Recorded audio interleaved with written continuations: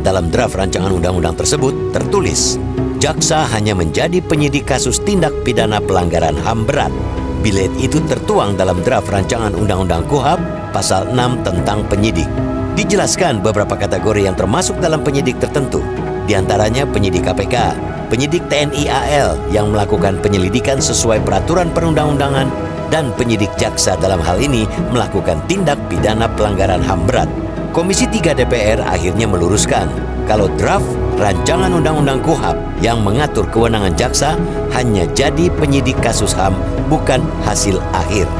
Dalam draft terakhir dijelaskan yang dimaksud dengan penyidik tertentu, misalnya penyidik tertentu KPK, penyidik tertentu kejaksaan, dan penyidik tertentu otoritas jaksa keuangan atau OJK, serta penyidik lainnya yang diatur undang-undang. DPR menegaskan Undang-Undang KUHP tidak ada mengatur kewenangan institusi dalam memeriksa dan menyelidiki kasus.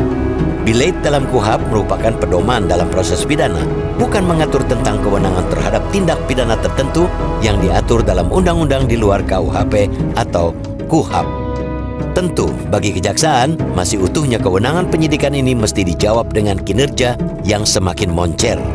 Jangan ada lagi kendala seperti ketidakterbukaan dalam proses hukum, bahkan intervensi hukum dari kekuasaan demi kepentingan politik.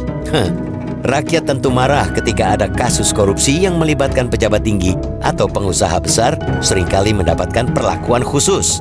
Misalnya, proses hukum diperlambat atau bahkan dihentikan hanya karena adanya kepentingan politik atau kekuasaan yang melindungi mereka. Buktikan bahwa kejaksaan bukanlah alat yang bisa dimanfaatkan untuk kepentingan kekuasaan. Kejaksaan juga mesti steril dari praktik politik sandera yang dapat merusak institusi penegak hukum.